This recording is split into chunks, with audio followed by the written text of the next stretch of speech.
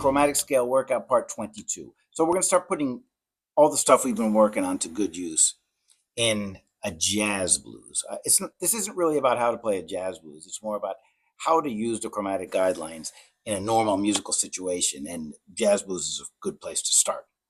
Now, let's talk about the jazz blues a little bit. Now, we got a measure of B flat, we got a measure of E flat 7, and then we got another measure of B flat 7, and then an F minor 7 and B flat 7, which takes us to the 4 chord, right? But in that fourth measure, we don't have to think about that F minor 7 if we don't want to.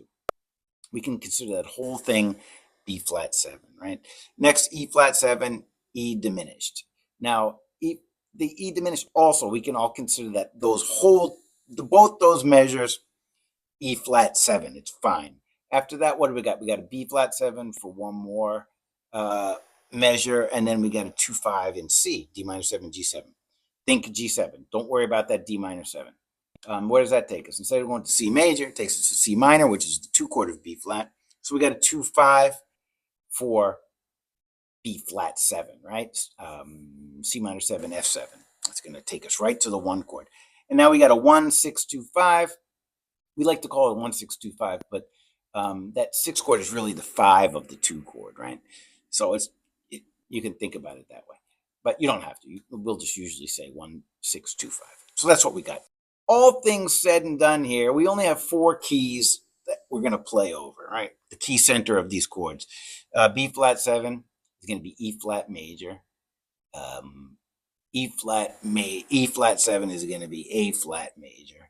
Next, we got the G7. That G7 is going to be C major. And then the F7, that's going to be B flat major. Those are the only key centers we have to think about.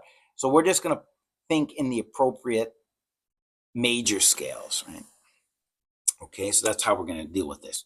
Now, so I'm going to suggest that first of all, we start in one position.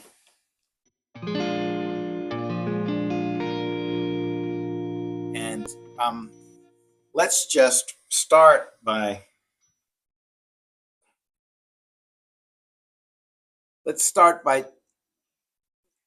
how you want to practice. You just want to do it randomly, okay? Stay in one position though, as close as you can. So B flat.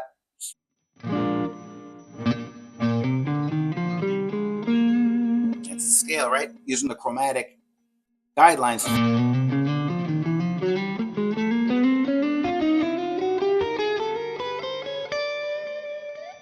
Okay, E flat 7.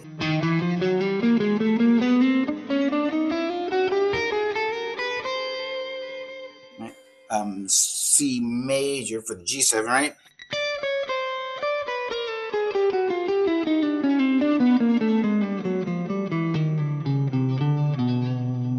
Right, and then for the F7.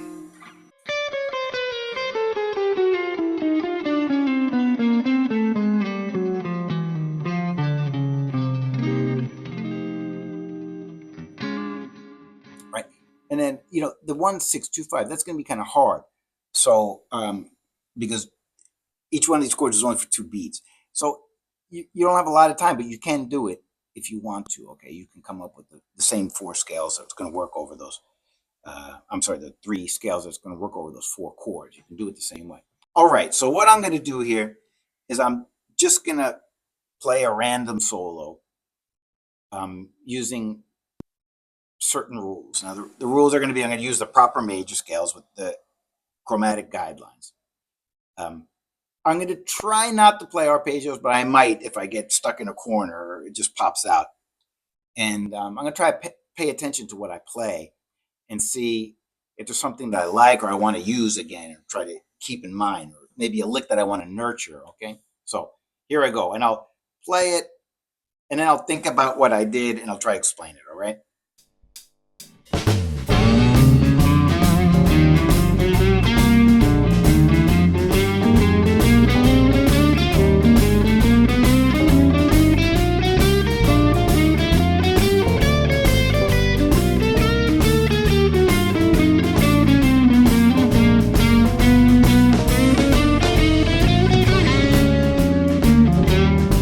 What did I do here? I've started on the root here. And I didn't see a kind of easy path to the E flat note, so I just stopped on the fifth of B flat. Did the same thing from E flat, and then I started on the third of B flat 7. I think that's kind of a cool sound. And then I started on the third of the E flat.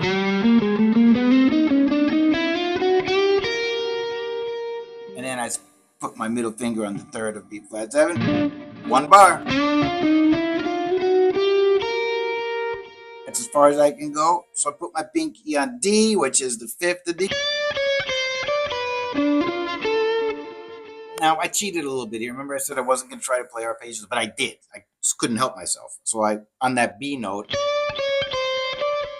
played a B minor 7 flat 5 pivot chord. G, right?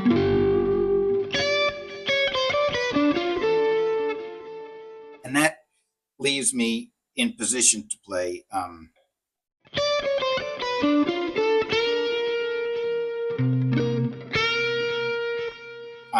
so I just used the proper scale here, and I got a half step right off the bat, so I had to go.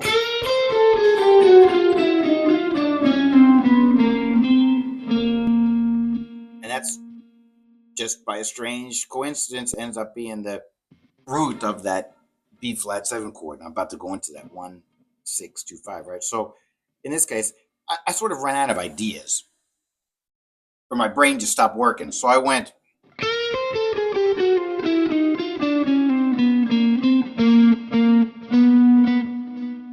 Root, third of the G7. And then I got my wits about me and I found the C note here, which is the fifth of F7. I went. Took me nice into that sixth of the B flat 7, which is great for blues, right? So again, slowly.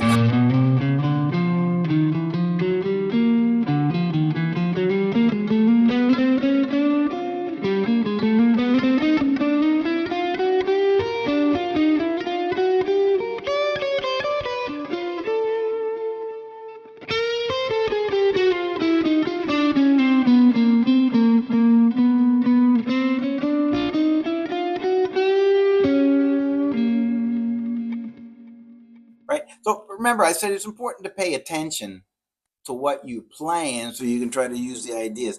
So some of the ideas I like is like this sound, and I also like this idea. But I thought of there's different ways that we could make it like better. I could have gone like this maybe.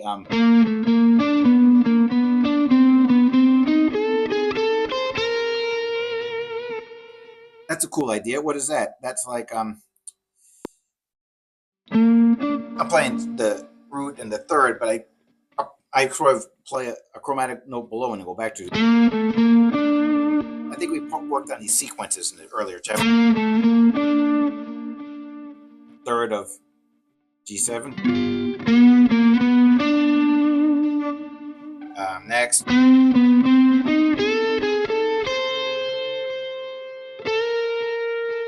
Kind of good idea. Also, we could have just gone. I could have maybe gone.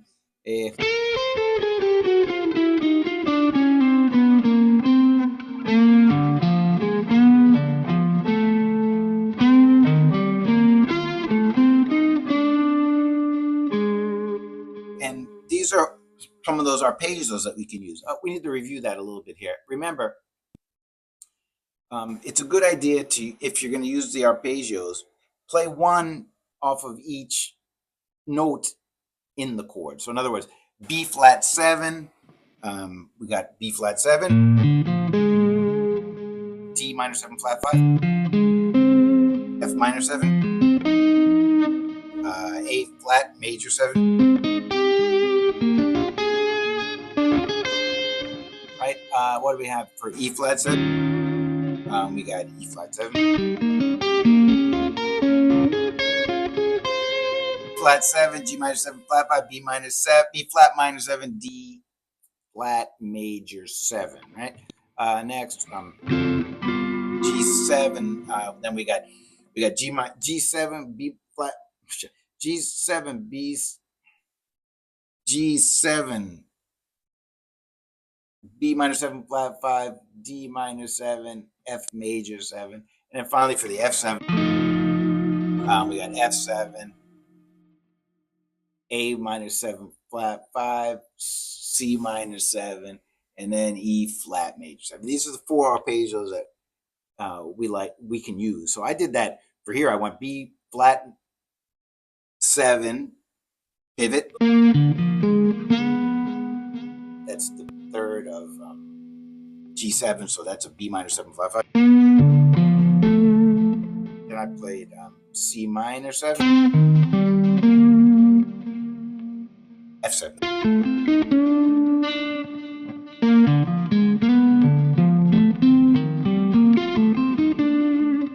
Right? That's kind of a cool sound. I might try that later. Okay, so let me get on to, I'll try another one. Let's do it like a different one. Let's go from the top.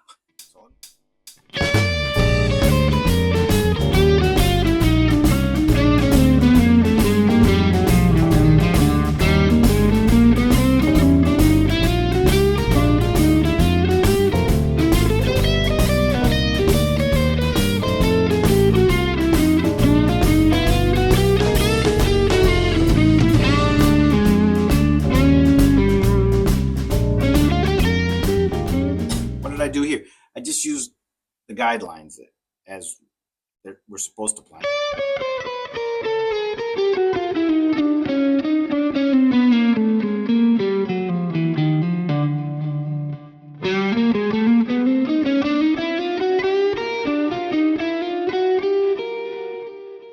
Now, so again, the same place. I just played an arpeggio. I couldn't help myself. I like the sound of that F major 7 arpeggio for G7, so I went. And from the top of the arpeggio, I used the chromatic passing tone to get to just a fifth of G7, right? Now I'm positioned here, so I went down that B flat major scale, but I had a little problem here because by Barry's rules, I'm supposed to go. But I ain't going to do that. It's too much. And you don't have to do that. I used a different note to keep everything in the right place. So I went like this.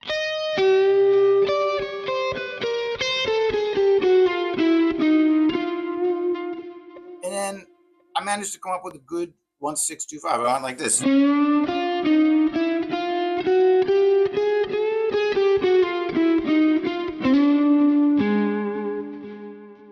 And these are the same thing. I used the rules. So I'm starting on the third of B flat 7.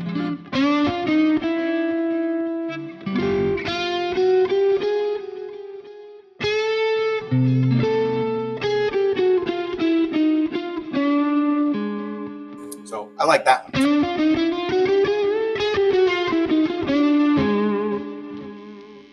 All right, so that's what we got here.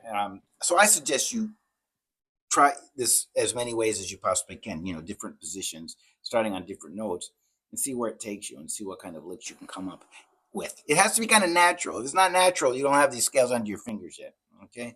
So make it natural and just like randomly improvise and see how it works, all right? So, but this isn't like a great solo, really. This is just practicing, right? We're practicing to make sure that we can play these the proper way.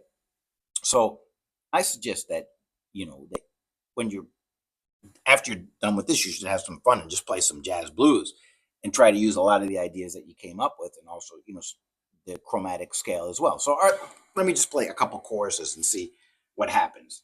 I'm just going to wing it, okay?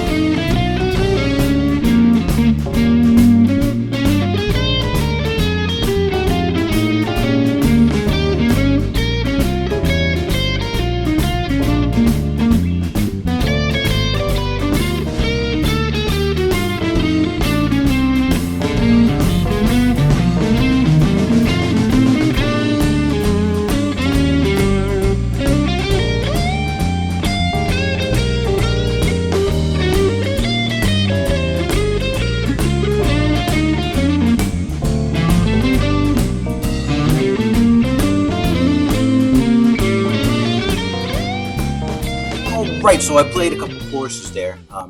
Now I'll transcribe like some of the stuff that I did because I'm not really quite sure. I have to have a listen to it and then I'll post it. Okay. So, anyways, if you want to get that PDF, you go get it and you can get the backing track too. All right. So we're gonna keep doing this. We're gonna take these guidelines and these rules, and we're gonna try to apply them in some other kinds of situations. All right. All right. So I'll see you next time. Have a nice day.